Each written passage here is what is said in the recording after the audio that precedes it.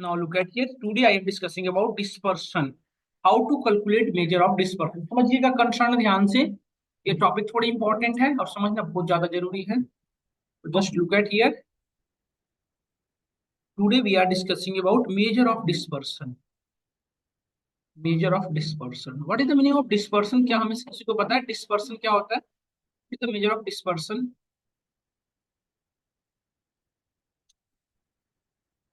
What is the measure of dispersion? Dispersion क्या होता है? डिस्पर्शन मतलब होता है spread. How much spread a value. एक वैल्यू कितनी स्प्रेड हो गई वो. जैसे देखो ये डिस्ट्रीब्यूशन प्लॉट था जो कुछ ऐसा दिख रहा था. देखिए एक डिस्ट्रीब्यूशन प्लॉट ऐसा था. ध्यान से देखिएगा मैं एक्सप्लेन क्या कर रहा हूँ. सपोज करो एक डेटा का डिस्ट्रीब्यूशन प्लॉट कुछ ऐसा था बेटा. एक कुछ ऐसा था. तो which one is more spread. यदि मैं आपसे क्वेश्चन करूँ कि विच वन इज मोर स्प्रेड, कौन ज्यादा स्प्रेड हुआ है, ये या ये, तो वर्बली आप देख के नहीं बता पाओगे, या बता भी पाओगे तो आप इतना ये नहीं बता पाओगे कि कितना ज्यादा स्प्रेड है. जैसे डेटा सेट ए है और ये डेटा सेट बी है. तो which one is more spread कैसे बता पाओगे. No one have no idea. Yes और नो. कंसर्न समझ रहे हो ना मैं क्या कहना चाह रहा हूँ. Which have more spread which have not. तो यहाँ से देख कर वर्बली हम नहीं बता सकते. इसी को इसी जो डिस्पर्सन को इसी स्प्रेड एरिया को कैलकुलेट करने के लिए हम क्या यूज करते हैं, डिस्पर्सन. ये जो हम फॉलो करते हैं जो मेजर ऑफ डिस्पर्सन, ये जो कॉन्सेप्ट फॉलो कर रहे हैं तो किस लिए फॉलो कर रहे हैं, हम इस एरिया को कैलकुलेट करने के लिए. समझ गए मेरी बात आप लोग सभी. तो मेजर ऑफ डिस्पर्सन कैलकुलेट करने के बेटा दो टेक्निक्स है. एक वेरिएंस के थ्रू कर सकते हो और एक second one is the standard deviation. दो main approach for for measuring the dispersion. Standard deviation.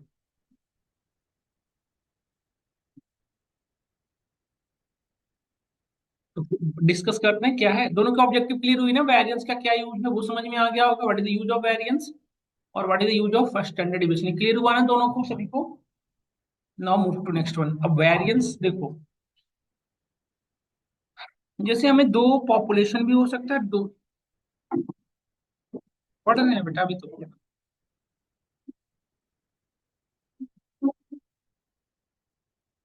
सबसे पहले क्या डिस्कस कर रहे हैं, वेरिएंस. वेरिएंस क्या होता है समझना ध्यान से. वेरिएंस पॉपुलेशन का भी कैलकुलेट करना पड़ेगा एज वेल एज सैंपल का भी कैलकुलेट करना पड़ेगा. तो वेरिएंस होता क्या मैं बता दूंगा. पहले उसका इक्वेशन लिख रहा हूँ, एक सेकंड रुकना. वेरिएंस देखो पॉपुलेशन को किससे डिनोट करते थे बताओ, कैपिटल है. और सैंपल को किससे डिनोट करते थे, स्मॉल है. तो पॉपुलेशन का वेरिएंस का जो नोटेशन होता है सिग्मा स्क्वायर.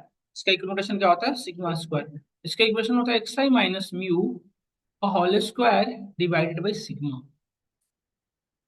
ये इक्वेशन है. X I minus mu divided by sigma. ये किसका नोटेशन है, ये स्टैंडर्ड ये नोटेशन है आपका किसका, सिग्मा का. क्लियर हो रहा है हम सभी को या नहीं हो रहा है बताओ. अरे क्या लिख रहा हूँ मैं. रुक जाओ एक second. X I minus mu divided by N.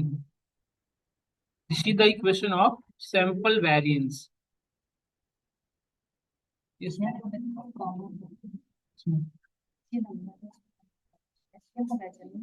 हो तो 11 से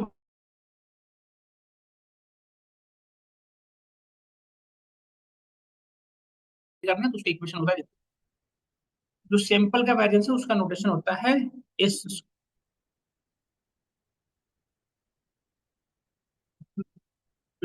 कर चुका हूं मैं अपलोड. आप ध्यान जाके चेक करें, अपलोडेड है वहां पे आपके प्लेलिस्ट पे. लास्ट क्लास फ्राइडे और ट्यूजडे तक की वीडियो अपलोडेड है. ट्यूजडे कल की क्लास और आज की मैं अपलोड कर दूंगा, ठीक है. मंडे को क्लास हुई नहीं थी, ट्यूजडे को होती. मंडे को नहीं होती ना, ट्यूजडे टू फ्राइडे होती है क्लास. ट्यूजडे को हुई है, उसका अपलोडेड है. वेडनेसडे कल वाली नहीं अपलोडेड है. कल वाला अपलोड कर रहा हूँ, आज वाला दोनों मिलाकर. अब देखो यहाँ पे नोटिस करिए. ये हमारा पॉपुलेशन का वेरिएंस था. सैंपल का वेरिएंस का इक्वेशन क्या हो जाएगा, एक्स आई डेटा पॉइंट हुआ और यहाँ पे म्यू की जगह पे यहाँ पे क्या लिखो बताओ. ये म्यू वाट, म्यू क्या था हमारा, पॉपुलेशन मीन था ना. तो यहाँ पे सैंपल मीन का नोटेशन क्या होता है, एक्स बार का whole square. Very good Kritika. Divided by यहाँ पे ना बेटा यही एक नोट याद रखिएगा. ये क्वेश्चन होता है इंटरव्यू का कि why sample variance divided by N minus one. ये क्वेश्चन होता है, हम डिस्कस करेंगे आगे कि why sample variance divided by N minus one. ये क्वेश्चन हम करेंगे सॉल्व. एक इंटरव्यू का क्वेश्चन है कि जैसे पॉपुलेशन को डिवाइड बाई एन होता है, but why sample divided by N minus. तो हम इसको डिस्कस करेंगे, कुछ हमें बेसिक रिक्वायरमेंट है प्री कॉलेज, उसके बाद में इस पॉइंट पे आएंगे अगेन। तो देखो वैरियंस एक्चुअली करवा हमें क्या बताता है वो समझना। वैरियंस एक्चुअली ये बताता है कि आपका डेटा का डिस्पर्शन एरिया क्या है, कौन कितना ज्यादा डिस्पर्ट है। कैसा देखो, जैसे कि हमारे पास डेटा पॉइंट सपोज है 2 4 6 8 2 4 6, ये डेटा है, ठीक है। इस डेटा का मुझे वैरियंस कैलकुलेट करना है सपोज, और एक दूसरी डेटा है जैसे सपोज ये x1 है, ये x2 है। इस डेटा का जो वैरियंस है कुछ ऐसा है,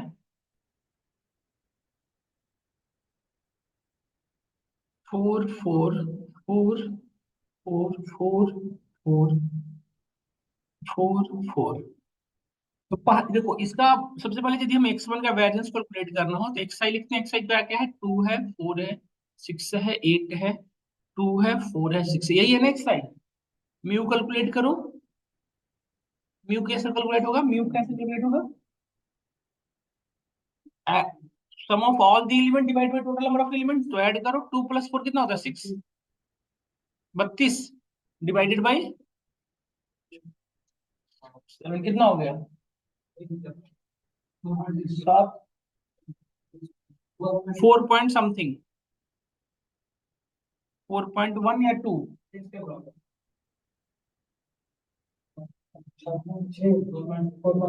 4.64 लेके चलो, ठीक है, ओवरऑल 4 लेके चलते हैं, या 4.56 का मतलब कर देते हैं। मैं 4.6 है ना, तो उसको मैं राउंड ऑफ कर देता हूँ, ठीक है, 5।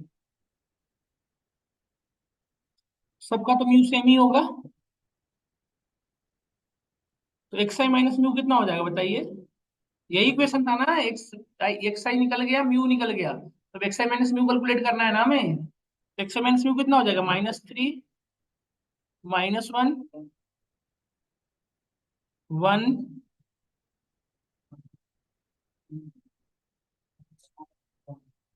अब एक्स माइनस म्यू का होल स्क्वायर निकालना है। एक्स माइनस म्यू का है होल स्क्वायर, तो फार्मूला देखो, एक्स माइनस म्यू का होल स्क्वायर है ना। हाँ, इसी का स्क्वायर हो जाएगा, 3 का कितना हो जाएगा, 9 1 1 9 9 1 1। अब इसका ऐड कर लो, summation of x I minus mu, यही था ना हमारा एक्स आई माइनस म्यू का होल स्क्वायर का सम। तो 9 और 1 10, 11 18, 18 और 9 9 और 27 28 29, 31।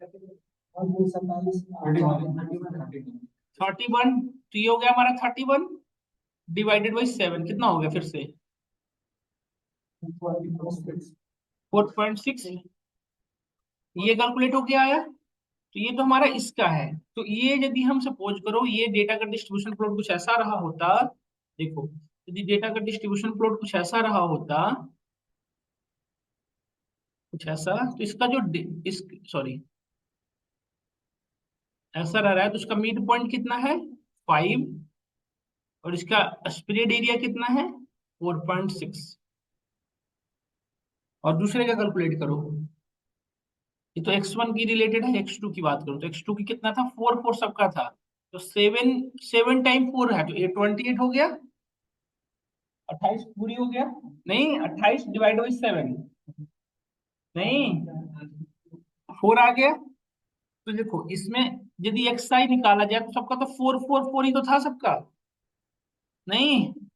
और म्यू हमारा कितना है, 0 0 0, तो कितना हो जाएगा, एक्स आई माइनस म्यू कितना हो जाएगा, म्यू 4 है ना, सॉरी म्यू 4 है, सबका 4 4 4, तो एक्स आई माइनस म्यू कितना हो जाएगा बताओ, 0 0 सबका हो जाएगा। और summation of x I minus mu का होल स्क्वायर भी कितना हो जाएगा, 0 0 डिवाइड बाई 7 कितना हो जाएगा ओवरऑल 0। तो x2 का जो वो वेरिएंस आया, मतलब हमारा जो सिग्मा स्क्वायर कैलकुलेट हुआ है, वो कितना आया है इसका 0, और इसका कितना है 7.6। तो किसमें स्प्रेड एरिया ज्यादा है बताओ, जिसका ज्यादा है 4.6, जिसका ज्यादा है। और वन मोर थिंग्स ध्यान से देखो, ये तो हमारा स्प्रेड एरिया के भी यहाँ पे मैं डिसाइड कर ही लिया, बट एक चीज और समझना है ध्यान से, कि जैसे हमें दो डेटा पॉइंट गिवन होता है, दो डेटा सेट का इंफॉर्मेशन गिवन है, तो आपसे पूछा जाएगा कि विच वन इज मोर स्प्रेड, तो सिंपली किसको देखो, वेरिएंस का, जिसका वेरिएंस ज्यादा है उसको क्लियरली कर सकते हो कि ज्यादा स्प्रेड। समझ गए नहीं समझ गए, जो जितना ज्यादा स्प्रेड हुआ है उस पर आप सीधा कह सकते हो this is more spread compare to another one, नहीं। और दूसरी चीज है, एक चीज और, यदि डेटा में वेरिएंस वेरी कर रहा है, अच्छा एक चीज ध्यान से देखो, तो क्या है एक्स आई माइनस म्यू, ये दो डेटा के बीच की एवरेज डिस्टेंस है। मतलब हमारे जो डेटा है उनकी एवरेज जो डिस्टेंस है एक दूसरे से, जो डिस्टेंस में है वो कितने डिस्टेंस में है, एवरेज 4.6 किलोमीटर है। वैलेंस क्या बताता है, एवरेज दूरी, मतलब हमारे डेटा जितने भी हैं उनके बीच की एवरेज डिस्टेंस कितना है, 4.6। मतलब कुछ ऐसा, जैसे सपोज एक ग्रुप यहाँ पे खड़ा था, कुछ ऐसे खड़े थे, उनकी बीच की दूरी ऐसी थी, कुछ सपोज करो कुछ ऐसे थे लोग खड़े, ऐसे खड़े थे लोग, कुछ लोग ऐसे खड़े थे, चार ही लोग थे, कुछ ऐसे खड़े थे।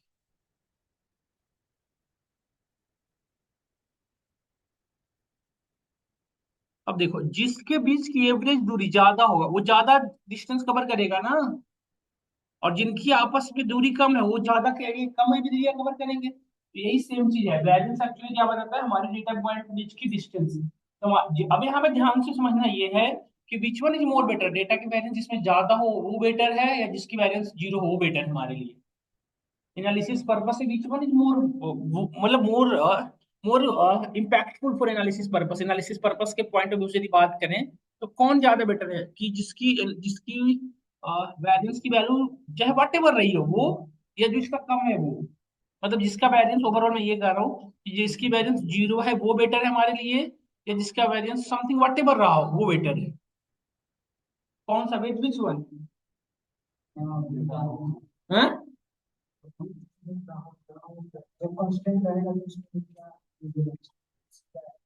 बताओ सब लोग पीछे बैठे, सोचो अपने इस आईक्यू लेवल को, किसी के आप बताओ जयंत क्यों? आपने कहा तो दिया थोड़ा बहुत को धीरे धीरे बोलकर, लेकिन क्यों? सुरेंद्र आप बता, शिव शंकर आप बताओ क्यों? कैसा क्यों, एनालिसिस क्या सही से कर पाओगे? और बताइए पीछे बैठे, दीपक बताओ, महिमा, स्वाति, सोचो बेटा सोचो, एनालिसिस ऑर्गेनाइजेशन।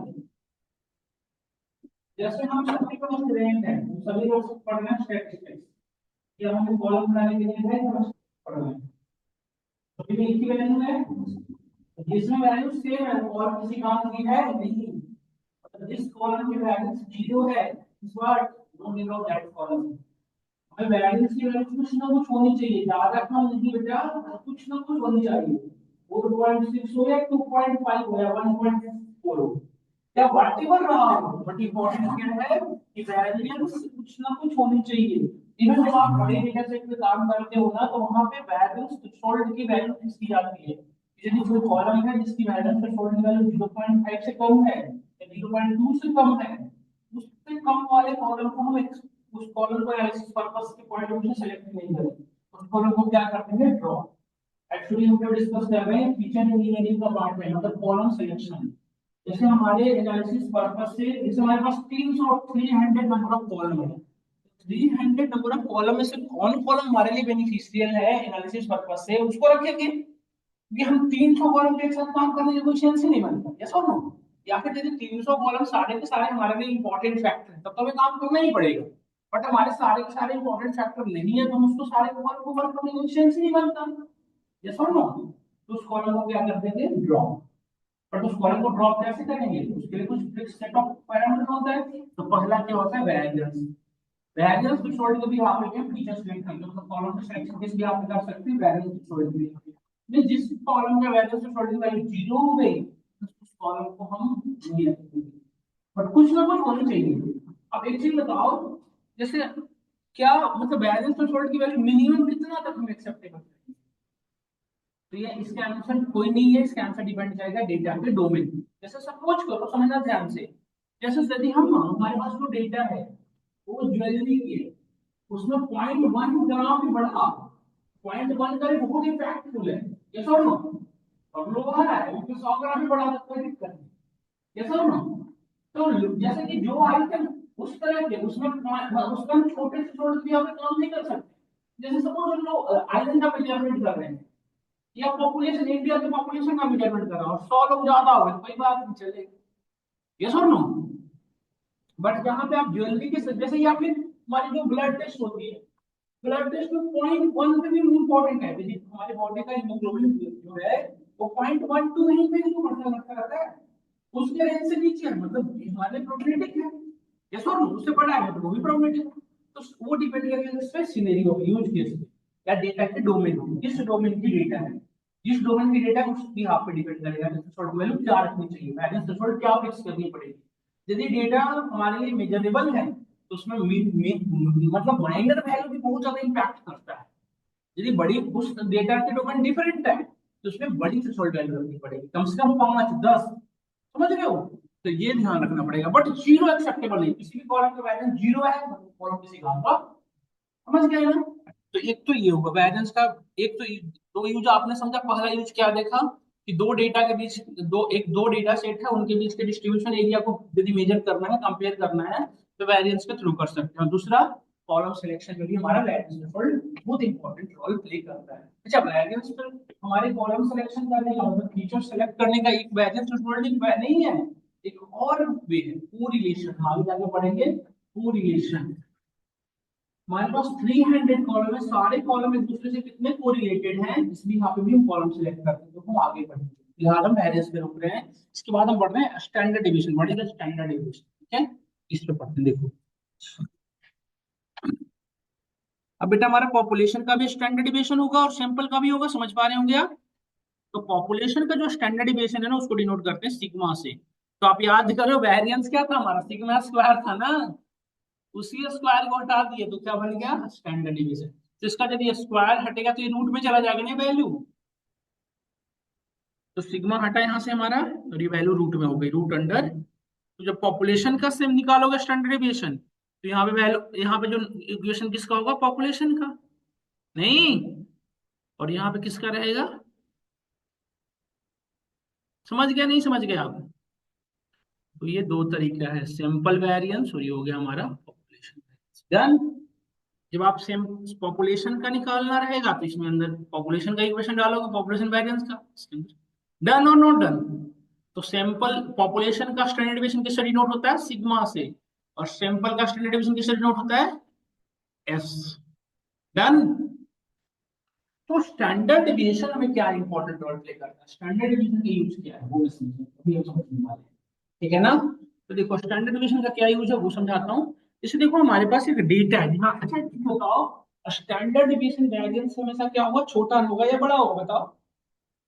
स्टैंडर्ड डिवीजन की जो वैल्यू होगी वो वेरिएंस हमेशा क्या होगी, ऑलवेज छोटी, क्योंकि रूट में होगी तो हमेशा छोटा होगा ना। दूसरे को देख वेट करता है आंसर देने का कि दूसरा कह दे तो उसके साथ हम भी बोल लेंगे।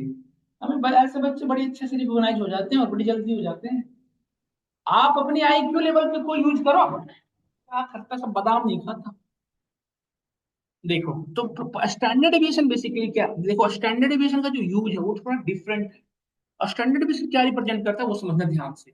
स्टैंडर्ड डिवीजन बेसिकली क्या करता है, जैसे सपोज दैट स्टैंडर्ड डिवीजन का जो मेन यूज ये है कि suppose that we have a data that look like something this, कुछ ऐसे इस तरह से है, और इसका मीन है ये, इसका मीन ये है। तो ये बताता स्टैंडर्ड डिवीजन के थ्रू हम ये देख सकते हैं कि हमारी जो डेटा पॉइंट है वो मीन के अराउंड किधर है, या एक्चुअली स्टैंडर्ड डिवीजन के थ्रू हम अब नई डेटा पॉइंट किसी भी डेटा पॉइंट को, जैसे एक नया डेटा पॉइंट है 400, सपोज करो एक नया डेटा पॉइंट ऐड हुआ हमारे लिए 400, तो ये हम बता सकते हैं कि 400 जो नई वैल्यू किधर रखेंगे, मीन से लेफ्ट। ये कैसे डिसाइड कर सकते हैं, by the help of standard division. Actually standard division को यूज करके ना एक एम्पिरिकल फार्मूला डिसाइड हुई है, वो सबसे ज्यादा इंपॉर्टेंट है, एम्पिरिकल फार्मूला। देखो क्या होता है एम्पिरिकल फार्मूला, ये बताता है, देखो ध्यान से, यदि mu plus one standard division, अच्छा mu plus sigma, plus sigma किधर होगा राइट साइड में, और माइनस सिग्मा किधर होगा लेफ्ट साइड। तो म्यू प्लस सिग्मा और म्यू माइनस सिग्मा कर दो, म्यू जो है इससे वन स्टैंडर्ड डिवीजन राइट जाओ और वन स्टैंडर्ड डिवीजन लेफ्ट जाओ, तो ये जो एरिया आ रहा है ना, इस एरिया में टोटल डेटा का 68% डेटा इस एरिया में लाई करता है। समझे मैंने क्या कहा, ये जो एरिया है इस एरिया में जितनी भी डेटा होगी उस डेटा का 68% कहाँ पे लाई करता है, इस एरिया में। किस बट किस म्यू प्लस सिग्मा और म्यू माइनस सिग्मा के बीच में, क्लियर हो रहा नहीं हो रहा है। एक ये जो हाइपोथेसिस वैल्यू है जिसके भी यहाँ पे मैं बता रहा हूँ आपको इंपिरिकल फार्मूला, किस भी यहाँ पे इंपिरिकल फार्मूला के लिए समझ में आया, म्यू प्लस 2 सिग्मा और म्यू माइनस टू सिग्मा। इस एरिया में जैसे म्यू प्लस टू सिग्मा मतलब यहाँ हो गया, और म्यू माइनस सिग्मा ये हो गया ना, ये और नो। तो ये दोनों के बीच में कितना एरिया, इस एरिया में कितना डेटा लाई करता है बताइए। हैं? ओ भाई साहब जयंत, 60 तो यहीं तक था और बढ़ा गया ना एरिया। 95% डेटा लाई करता है इस एरिया में। और म्यू प्लस थ्री सिग्मा और mu minus three sigma, mu plus three sigma ये हुआ एरिया, और म्यू ये पूरी एरिया इस एरिया में कितना लाई करता है, म्यू प्लस थ्री सिग्मा और म्यू माइनस थ्री सिग्मा इस एरिया में कितना परसेंट डेटा लाई करता है, 99.7%। एक चीज बताओ, 99.7 के पास जो 0.3% डेटा बचा इधर और इधर, उस वो क्या है, आउटलायर। एम्पिरिकल फार्मूला के अकॉर्डिंग क्या है कि म्यू प्लस थ्री सिग्मा और म्यू माइनस थ्री सिग्मा से जो बाहर की डेटा है वो क्या है, आउटलायर। आई बात समझ में या नहीं आई? डन और नॉट डन? अब ये तो हो गया। जैसे अब जैसे हमारे पास हमने कोई डेटा पॉइंट बताया है, कोई एरिया बताया, उस यहाँ पे आप बता सकते हो कि हमारी जैसे एग्जाम्पल एक क्वेश्चन है कि भी आप हम करेंगे किस समझ में आए। और एक चीज और है, जेड स्कोर हमें, देखो ये जो population very sorry standard deviation है, वो एक और चीज बताने में हेल्प करता है, डेटा पॉइंट कहाँ पे लाई करेगा एग्जैक्ट। तो डेटा पॉइंट को मीन के अराउंड कहाँ पे लाई करेगा, इसके लिए हमें यूज करना पड़ता है एक formula that is called Z score. Z score के थ्रू आप एग्जैक्ट फाइंड आउट कर सकते हो कि जो डेटा पॉइंट है वो कहाँ पे लाई करेगा। तो जेड स्कोर का जो इक्वेशन होता है वो होता है X I minus mu divided by sigma. X, ठीक है। तो सपोज करो म्यू म्यू की जो वैल्यू हमारी कितनी है, 200, ठीक है। और स्टैंडर्ड डेविएशन की वैल्यू हमारी सपोज करो 10 है, सपोज जस्ट एग्जाम्पल। तो इसकी फार्मूला कैलकुलेट करो, जेड स्कोर क्या बता रहा है, एक्स आई की वैल्यू कितनी थी 400, और म्यू की वैल्यू कितनी है 200, मिड पॉइंट 200 है, और सिग्मा हमारा कितना है 10। तो कितना हो गया बताओ, बीसी बचेगा ना। तो ये अब मीन हमारा कितना था 200, और ये 20 आया है हमारा जेड स्कोर।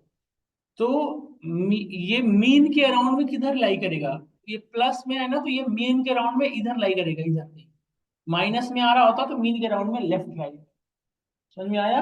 अच्छा ये जेड स्कोर 20, आप ये मत समझो कि 200 के रेस्पेक्ट में है, ये नंबर लाइन के अकॉर्डिंग मत समझिए कि 200 है तो इधर ये अब ऐसे वर्क करेगा, म्यू प्लस 20 सिग्मा पे लाई कर रहा है। तो इनडायरेक्टली ये क्या हमारे लिए आउटलायर्स है, क्योंकि 3 सिग्मा से बाहर को तो हमें 0.93 के अंदर आने लग गए ना अब। ये सब समझ रहे हो मैं क्या कहना चाह रहा हूँ? जैसे म्यू यहाँ पे आता है 2, तो यदि 2 आता तो म्यू प्लस 2 सिग्मा पे चले जाते। देखो जैसे मेरा करने का सेंस है बेटा, देखो 210 220, तो इधर जा रहे हैं ना कहीं हम, नहीं, इधर इधर बढ़ते चले जाएंगे ना। तो 20 मतलब ओवरऑल 220, नहीं तो इधर कहीं लाई करेगा हमारा डेटा, नहीं। दो देखो 200 और 10, तो 210 हो गया, फिर 220, फिर 200, ऐसे बढ़ते बढ़ते बढ़ते गए। बट ये हमारा वैल्यू क्या आया है, जेड स्कोर की वैल्यू क्या बताया 20। तो इसके अकॉर्डिंग म्यू प्लस 20 सिग्मा बहुत राइट चला गया ना। तो अब एक चीज और इसकी ना, एक और यूज केस हम पढ़ते हैं, फिर आपको क्लियर होगा। जेड स्कोर बेसिकली हमें ये बताता है स्टैंडर्ड डेविएशन के रिस्पेक्ट में कि वैल्यू एग्जैक्ट किस पॉइंट पे लाई करेगी अकॉर्डिंग टू मीन। मीन के राउंड बताती है कि लेफ्ट या राइट कहाँ पे लाई करेगी। यदि निगेटिव वैल्यू आ रही है तो हमेशा कहाँ पे लाई करेगी, लेफ्ट। और यदि पॉजिटिव वैल्यू आ रही है तो हमेशा कहाँ लाई करेगी, राइट। समझ गया नहीं समझ गए सब लोग? तो ये इक्वेशन लिख लेना जेड स्कोर का, ये इक्वेशन लिख लेना है हम सभी को, ये लिख लेना आप। इसको एक बार लिख लेना इक्वेशन को, ये जेड स्कोर का। और भी यूज केस पे काम करते हैं तब समझ में आ जाएगा आपको।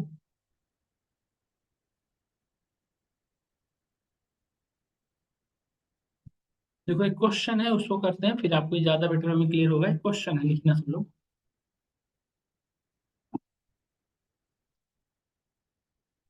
फोन में फोटो क्लिक करके कोई फायदा थोड़ी है, कोई फायदा नहीं है।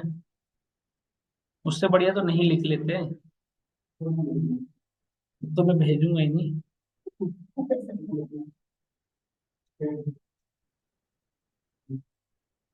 वही यदि बता दिया होता।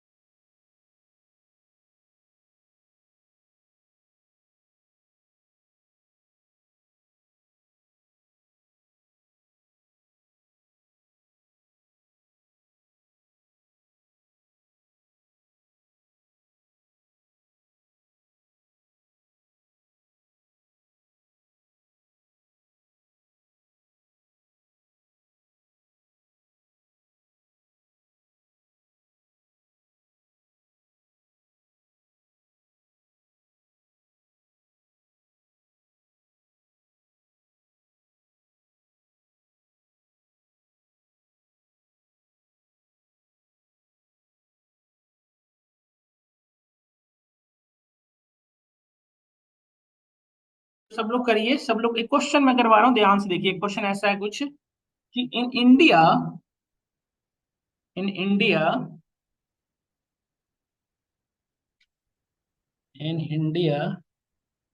The average IQ is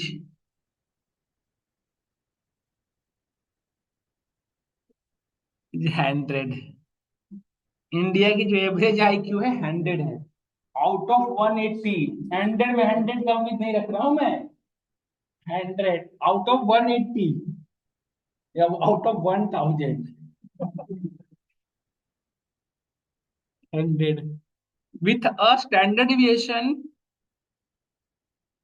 with a standard deviation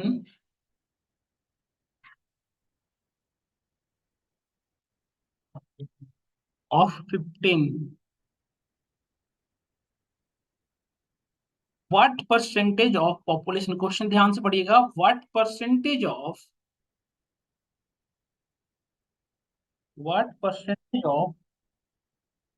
population would you expect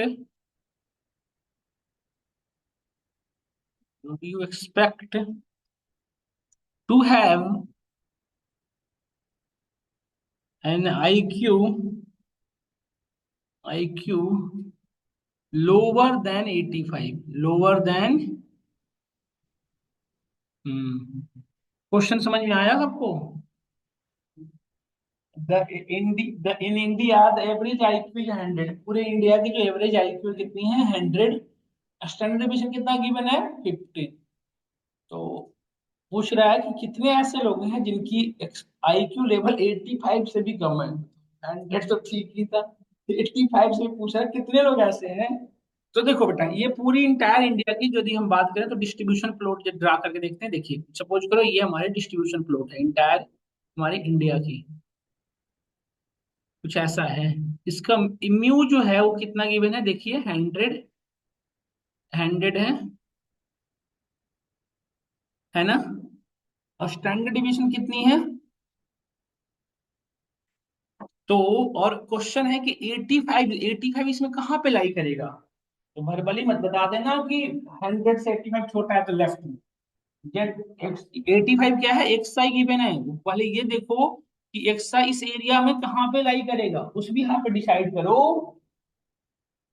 उस पॉइंट से लेस कितनी एरिया है। तो म्यू एक्स आई अभी हमने बताया, एक्स आई कितना गिवन है 85। तो exact data point find out करने के लिए हमें क्या यूज करना पड़ता था, अभी बताया ना मैंने, जेड स्कोर। तो जेड स्कोर कैलकुलेट कर लो, x I minus mu divided by sigma. X i कितना है 100 और म्यू कितना है 85। ओके, 85 माइनस 100 डिवाइडेड बाई 15, तो -1 आ गया ना। तो -1 मतलब ये मीन के रेस्पेक्ट में किधर जाओगे, -1 मतलब 1 डिविजन लेफ्ट। वहां पे 20 था तो 20 राइट जा रहे थे, याद करिए, यहाँ पे 1 है तो म्यू माइनस सिग्मा। तो म्यू ये रहा हमारा, और सिग्मा कितना था 1।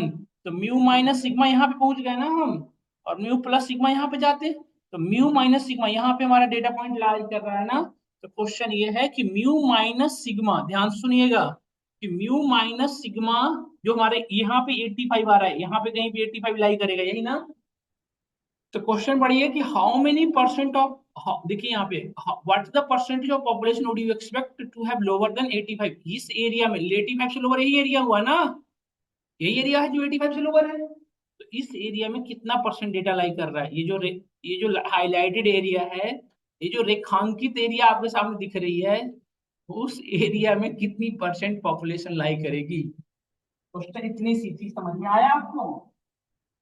तो एक बार सोचिए और बताइए, हम आपको इंपेरिकल फार्मूला भी बता चुके हैं, म्यू प्लस सिग्मा वाला, ये देखिए तो एक बार समझने की कोशिश करिए, कोशिश करोगे तो आप भी।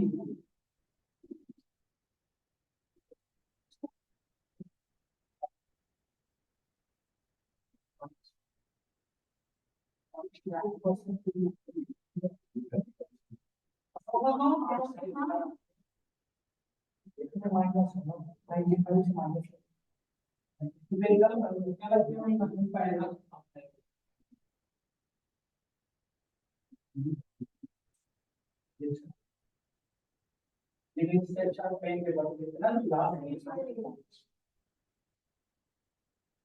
ये सेम जैसे स्कूल की का निकल रहे हो आपको, घर जाके ना सभी पेन की करती है। तो ये तो आप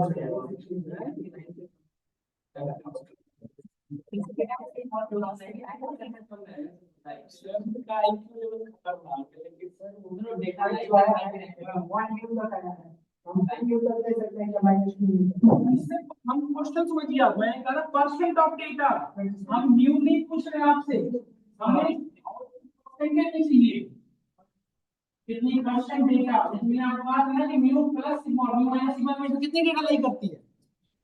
तो हमें उस तरह के परसेंट में डेटा चाहिए, 27%। चलो देख लेते हैं, ऐसी बात यदि रही हो तो। देखो, देखो म्यू प्लस सिग्मा और म्यू माइनस सिग्मा के अकॉर्डिंग हम यदि बात करें पेरिकल फार्मूला के अकॉर्डिंग, तो इस एरिया में कितनी है हो गई 68, और म्यू प्लस 2 सिग्मा यहाँ। तो ये हो गया हमारा ना, यहाँ पे देखो म्यू प्लस 2 सिग्मा के बीच में कितनी एरिया है 95%, नहीं यहाँ तक का। तो आप यहाँ तक का, फिर म्यू प्लस 3 सिग्मा यहाँ तक कितना चलेगा 99। तो 99.7, ये पूरी छट रही है ना, 99.7 कहाँ पूरी हट गई इधर से। और इधर के बाद अब म्यू प्लस 2 सिग्मा मतलब ये 34% थी, देखो ये 68 था ना, तो ये 34 हो गया, 34 इधर कितना हाफ हुआ, इस तरह से जोड़ते जोड़ते। ये इतनी मैन्युअली कैलकुलेट करने की नीड नहीं है, हमें कर सकते हैं ऐसे जैसे आप सोच रहे हो। बट हमारे पास जेड टेबल अवेलेबल है, जेड टेबल के थ्रू आप -1 के भी हाफ पे देख सकते हो। बट जेड टेबल जो है ना, हमेशा सुनिएगा ध्यान से, हम जेड टेबल के थ्रू इस वैल्यू को कैलकुलेट कर सकते हैं कि कितनी परसेंट है। बट जेड टेबल हमेशा क्या बता रहा है, सो सुनिएगा, जेड टेबल जिस पॉइंट पे देखोगे ना, उस पॉइंट से लेफ्ट साइड में कितनी परसेंट डेटा ये बता दो। जेड टेबल हमेशा क्या बताता है कि जिस पॉइंट पे आप देख रहे हो उस पॉइंट से लेफ्ट साइड में कितने परसेंट डेटा है। तो हमें कितनी कहाँ से देखना है, -1 पे ना देखना है, और हमें लेफ्ट साइड में देखना भी है, तुम्हारा काम हो जाएगा। तो यदि मैं यहाँ पे देखो, तो हम ये क्या करेंगे, यहाँ पे सिंपली जेड टेबल ओपन कर लो। बट ये ध्यान से सुनना कि जेड टेबल हमेशा क्या करता है, जिस पॉइंट पे देख रहे हो उस पॉइंट से कितना पर दिखे आएगा -1। मतलब उस डेटा जिस पॉइंट पे आप देख रहे हो उस पॉइंट से लेफ्ट साइड में कितनी परसेंट डेटा है वही बताता है हमेशा। जैसे मैं मुझे -1 पे देखना है, तो -1 पे यही बताएगा कि -1 से लेफ्ट साइड में कितनी डेटा, तो हमें यही देखना भी था, तुम्हारा काम हो जाएगा। देखिए -1 पे आप जेड टेबल ओपन करो। Just open here Z table. देखो ये जेड टेबल बाइजू वगैरह का ओपन मत करना, और डुप्लीकेट का भी मत करना। इसी जेड टेबल का अपना है, देखो ये बता रखा है, बताता है कि हम जहां भी बताएंगे वहां से कहाँ बताएंगे, निगेटिव साइड लेस देन, है ना। और देखो -1, ये भी है दही मैं फोन करता हूँ अभी मैं। सुन भी ना रहा हमारी इतनी जैसे। अरे यार,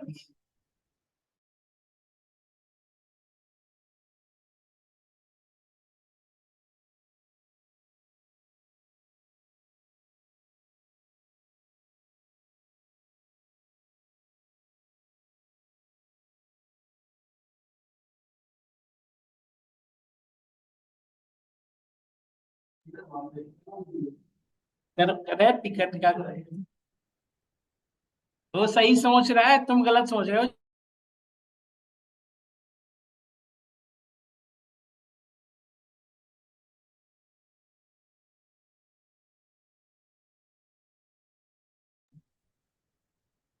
गौरव को ज्यादा दिक्कत हो रही है क्या?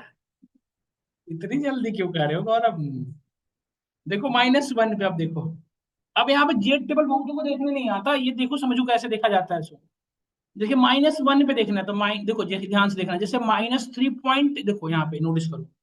जैसे मैं कहता कि -3.45 पे देखना होता, तो कैसे करोगे? 3.4 ये हो गया, और 0.4 इधर से लोगे, 0.5, इन दोनों को ऐड कर दो तो क्या होगा, ये 3.5 यही हुआ ना हमारा। तो इन दोनों के कॉम्बिनेशन से तो मुझे -1 देखना है, तो -1 तो सिर्फ होगा नहीं, होगा क्या, -1.0। तो -1 इधर से ले लो और 0.00 इधर से लेना पड़ेगा। नहीं, तो यहाँ पे आ जाओ, -1 कहीं पे दिख रहा है? देखो -1 ये रहा ना, यही रहा ना -1, और 0.0 यही लाइन रही, तो -1.0 पे कितनी परसेंट डेटा, देखो -1.1587। मतलब ये कह रहा है कि इस एरिया में कितनी परसेंट डेटा है, 0.1587, मतलब 15% कह सकते हैं ओवरऑल, यस और नो। मतलब हमारी इंडिया में 85%, मतलब 15% ऐसी पॉपुलेशन है जिसकी आईक्यू लेवल 85 से कम है। तो यहीं से क्वेश्चन यदि अपोजिट कर देता मैं कि how many number of population which IQ is greater than 85, तो 85, जिनकी 85 से ग्रेटर है, तो मतलब अब हम किस एरिया की बात करने लग गए हैं, अब इस एरिया की। मतलब मैं अब ये पूछ रहा हूँ कि इस एरिया में कितने परसेंट डेटा लाई कर रही है, यही पूछ रहा हूँ ना। यही क्वेश्चन है ना हमारा। तो इस एरिया, अब इसको कैसे करोगे? अब देखो पूरा कितना है पॉइंट, देखो अब हमें पूरे का पता, पूरा कितना है, 1, 1 लेके चलोगे अब, पूरे 1 है, और यहाँ तक की वैल्यू कितनी पता है हमें, पॉइंट, तो 1 -0.15 कर दो, तो ये कितना आ गया बताओ, कितना आ गया माइनस करने पे? 9 करो ना, खुशी आप, कृतिका करो। क्यों सब्ट्रैक्शन नहीं आती क्या? हो गया, किसी का नहीं हुआ? विशेष का देखो, कहता है कि जो मैंने सो करते रहो, मैं नहीं पढ़ूंगा, क्यों नहीं पढ़ रहा है तुम? 0.81 नहीं ना, 84 आ रही है ना। तो ये 84%, इस एरिया में कितनी परसेंट डेटा है, 84%। समझ में आया, हम सभी को क्लियर है? इस तरह से हम, देखो तो आप बस स्टैंडर्ड डिवीजन के थ्रू एक चीज और कर पा रहे हो क्या, आप अमाउंट ऑफ डेटा भी कैलकुलेट कर पा रहे हो। वो अलग बात है कि जेड स्कोर का भी यूज करना पड़ रहा है, तो जेड स्कोर के थ्रू, जेड स्कोर और स्टैंडर्ड डिवीजन का यूज करके हम exact data point find out कर सकते हैं, amount of data find out कर सकते हैं कि उस एरिया में कितने परसेंट अमाउंट ऑफ डेटा है। अच्छा, जेड स्कोर का एक और स्पेशलिटी है, Z score exact data point to find करने में हेल्प कर ही रहा है, as well as Z score आपके डेटा पे स्टैंडर्डाइजेशन करने में भी हेल्प करता है, मतलब आउटलायर्स को हैंडल करने में भी हेल्प करता है। क्या होता है आउटलायर्स, देखो जैसे मैं अब इसको आज कंक्लूड कर ही देता हूँ, ठीक है। देखो जेड स्कोर का एक स्पेशल फीचर बताता हूँ। जेड जेड स्कोर का एक फीचर आपने क्या देखा, स्टैंडर्ड डिविएशन के साथ यूज होकर डेटा पॉइंट कैलकुलेट कर पा रहा है। अच्छा, जेड स्कोर का भी देखो और यूज देखो, जैसे हमारे पास एक डेटा थी 2 4 6 8 9, और यहाँ पे था ये था हमारा डेटा, सपोज ये हमारी डेटा थी जस्ट, तो ये डेटा कहाँ किस रेंज में, 2 से लेकर 9 तक के रेंज में है, ये सब लो। तो 2 से 9 की रेंज में है, तो अभी इसका एवरेज कैलकुलेट करो तो कितना आ रहा है बताओ? इसका म्यू कितना है? 4.5 और समथिंग। 2 से 9 के बीच का कितना होता है बताओ? कितना हो गया?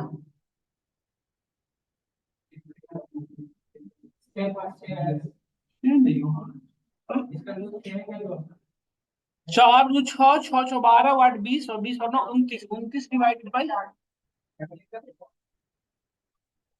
5.8 है। तो 5 ले लो चलो। 5.8 है, अब इस पे जेड स्कोर लगाओ हर एक पे। और इसका म्यू सपोज करो 5.8 है, सिग्मा 1 लेके चलो। सिग्मा कितना है हमारा? और म्यू हमारा कितना आया? 5 लेके चलते हैं। और अब सबका निकालो। दो का एक जेड स्कोर कितना होगा? 2 4 6 8 9, हर एक डेटा पॉइंट का जेड स्कोर कैलकुलेट हो सकता है ना। तो जेड स्कोर ऑफ किसका निकाल रहे हो? अब जेड स्कोर किसका निकाल रहे हो? 1 का।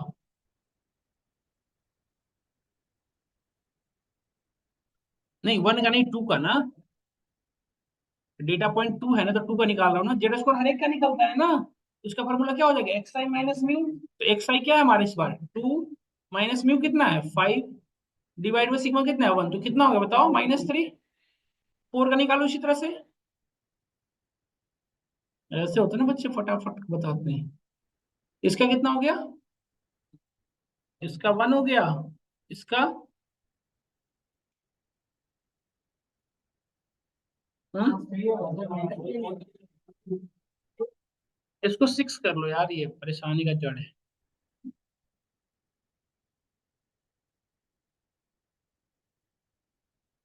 ये कितना हो गया? -4 -2, 0 हो गया ना। ये 2 और ये। तो देखो पहले डेटा आपकी 2 से 9 के बीच में थी, अब क्या हो गई? -4 से 3 के बीच में। ये सब नो। तो देख रहे हो ना डेटा कैसे चेंज हो गई। तो आप देखो अब इसका जो पहले डेटा का म्यू 6 आ रहा था, अब डेटा का म्यू कितना हो गया? अब डेटा का म्यू कितना है? मिड पॉइंट 0 ही तो हो गया, देखो ना, क्लियर तो दिख रहा है। मिड पॉइंट कितना हो गया? 0 हो गया ना। तो आपकी डेटा का रेंज स्केल डाउन कर दिया ना। डेटा का पहले 2 से 9 के बीच में था, अब इसने कहा कि नहीं, डेटा को किस रेंज में लेके आ गया? -4 से 3 के बीच में। हाँ, समझ में आया आपको? तो Z score this particular process जो आप कर रहे हो ना, ये चीज जो अपनी पूरे सभी डेटा पे जेड स्कोर इंप्लीमेंट करना, इसी प्रोसेस को कहा जाता है स्टैंडर्डाइजेशन करना। This is called standardisation. इसको क्या कहते हैं? स्टैंडर्डाइजेशन। स्टैंडर्डाइजेशन करने से हुआ क्या? आपका जो डेटा का म्यू हो गया वो कितना हो गया? 0। और सिग्मा की वैल्यू कितनी थी? 1। यदि देखो ध्यान से ना, यदि डेटा पे जेडस को इम्प्लीमेंट करो और उसकी म्यू 0 हो जाए और सिग्मा 1 हो जाए, देन वी कैन से क्या हुआ? Data follow standard normal distribution. एक प्रॉपर्टी है, इसको लिख लेना। Standard normal distribution. ये कब? ये हर केस में नहीं फॉलो होगा। ऐसा नहीं कि सभी डेटा पे जेड स्कोर लगाओगे और ये प्रॉपर्टी मिल ही जाएगी, नहीं। कुछ कुछ केसेस में यदि हमारा म्यू 0 हो गया और सिग्मा की वैल्यू 1 हो गई, तो इसको हम क्या कहेंगे? Standard normal distribution. तो इंटरव्यू में पूछा जाता है, in which cases we can say that our data follow standard normal distribution, then we need to say that if we are implementing z score on our data and mu become 0 and sigma become 1, then we can say that it data follow standard normal distribution। समझ में आया नहीं आप मेरी बात को? Clear हो रही सबको? तो इस सिनेरियो में तो अब और दूसरी चीज है, जेड स्कोर के थ्रू हम क्या क्या कर सकते हैं? अपने डेटा को स्टैंडर्ड नॉर्मल डिस्ट्रीब्यूशन में कन्वर्ट करते हैं, एज वेल एज अपनी डेटा पे स्टैंडर्डाइजेशन करते हैं। स्टैंडर्डाइजेशन करने के बाद डेटा क्या हो जाता है? एक रेंज के बीच में आ जाता है। देखा ना आपने? तो ये चीजें किसको डेडिकेटेड है? आउटलायर हैंडलिंग को। आउटलायर जब आपके पास डेटा में होता है, सुनना ध्यान से, तो आउटलायर के अंदर यही डेटा होती है ना बेटा, ऐसे डेटा होती है। तो उस डेटा को आप डिलीट नहीं कर सकते हो ना। डेटा यदि यहाँ से हटा दोगे तो डेटा लॉस हो जाएगा ना। अभी तक हमने 5 नंबर समरी के थ्रू क्या किया था? फाइंड करना दिखा था। बट फाइंड तो कर लिया कि दीज आर आउटलायर, इसको रिमूव नहीं कर सकते ना आप। यदि रिमूव कर दोगे तो डेटा लॉस होने के चांसेस है ना। डेटा को विदाउट रिमूव किए यदि इसको हैंडल करना है आउटलायर्स को, यदि हमें आउटलायर्स को हैंडल करना है, तो क्या यूज करना पड़ेगा बताइए? Z score. जेड स्कोर से क्या होगा? पूरी डेटा एक रेंज में आ जाएगी, तो हमारी आउटलायर्स रहेंगे नहीं, वो आउटलायर्स क्या हो जाएगा? डाउन। समझ में आया नहीं है सबको? तो आउटलायर्स यदि हम डेटा पे, सॉरी, हम अपनी डेटा पे यदि हम स्टैंडर्डाइजेशन करते हैं, तो डेटा एक रेंज के बीच में चेंज होता है, नहीं? क्या वो रेंज फिक्स है? नहीं, कुछ भी हो सकता है। वो तो डेटा पे डिपेंड करेगा कि -4 से कहाँ तक जाएगा, या कभी -1 से 1 भी हो सकता है, वटेवर हो सकता है। तो इंटरव्यू में आपसे पूछा जाता है कि स्टैंडर्डाइजेशन परफॉर्म करते हैं तो डेटा का रेंज क्या होगा, तो डेटा का रेंज वटेवर हो सकता है, वो डिपेंड करेगा डेटा पे। और यहीं पे लोग कंफ्यूज करने के लिए एक चीज और होता है, नॉर्मलाइजेशन। जैसे स्टैंडर्डाइजेशन होता है उसी तरह से क्या होता है, नॉर्मलाइजेशन। नॉर्मलाइजेशन में जो देखो, स्टैंडर्डाइजेशन में क्या यूज हो रहा था, जेड स्कोर। उसी तरह से नॉर्मलाइजेशन में क्या यूज होता है, ध्यान से देखिएगा, मीन मैक्स स्केलर। इसमें क्या यूज होता है, मीन मैक्स स्केलर। इसका इक्वेशन अलग होता है। इसमें क्या होता है कि जो सबसे बड़ी वैल्यू है ना, सुनिएगा ध्यान से, कि जो सबसे बड़ी वैल्यू है ना उसी से सबको डिवाइड किया जाएगा। तो नॉर्मलाइजेशन जनरली क्या यूज होता है, इमेजेस पे यूज किया जाता है। जैसे देखो, सपोज हम आपकी आपकी सपोज करो एक फोटो थी। अब फोटो जो होते हैं वो पिक्सल के फॉर्मेट में होते हैं, आपको पता होगा। नहीं पता होगा तो भी कोई बात नहीं, बता दिया, पिक्सल के फॉर्मेट में होते हैं डेटा। और पिक्सल की जो साइज होती है ना वो कितनी होती है, 0 से लेके 255 के बीच का। नहीं, तो आप देखो, जैसे आपकी फोटो कुछ ऐसे बनी थी, आपकी फोटो कुछ ऐसे है, तो जिस एरिया में आपका फोटो है, जिस एरिया में आपका फोटो है, सुनना ध्यान से आप,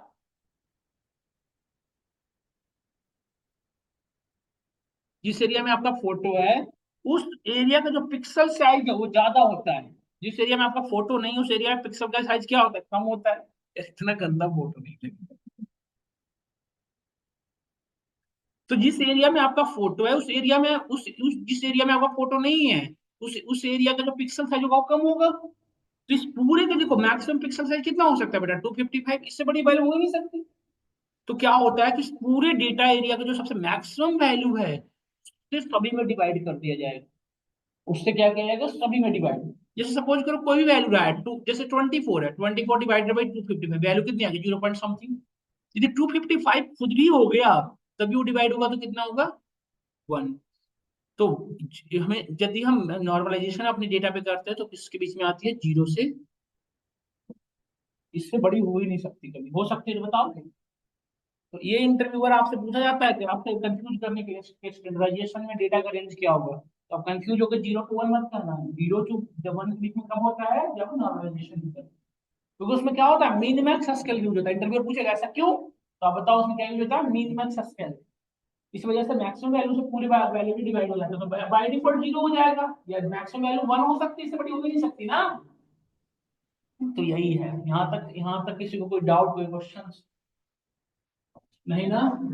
तो आज यहीं तक रखते हैं, from tomorrow we will again continue from here. Thank you for today class, have any question let me no.